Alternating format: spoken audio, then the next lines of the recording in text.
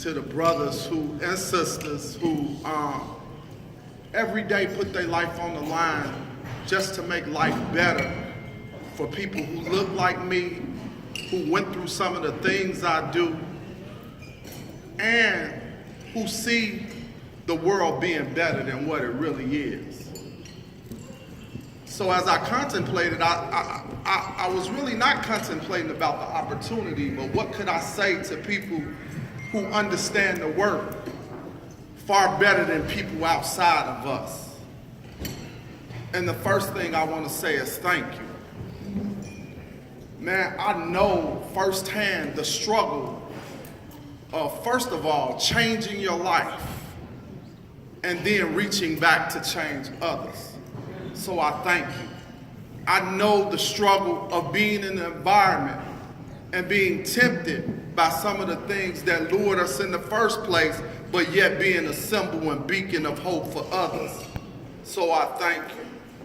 I know the challenges you face when people label us as what? At risk or super predators or all these derogatory names, when the real reason is we can talk to these youth because we were once in their space. We were once just like them. We understand their mindset.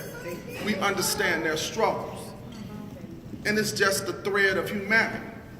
They just some young brothers who was brought up in a space with a cultural norm that tells them this is the way you respond to this situation. And as I said, they really in survival mode. They really want a better life. And I thank you for seeing that and recognizing that they're not at risk. They're just people who trying to have a better life. So what do I say to you today? The first thing I ask you is to continue in excellence. Because people need to see examples like me and you to know that it's possible. Who'd ever thought I could do 20 years in prison and come out and be standing here talking about peace when my entire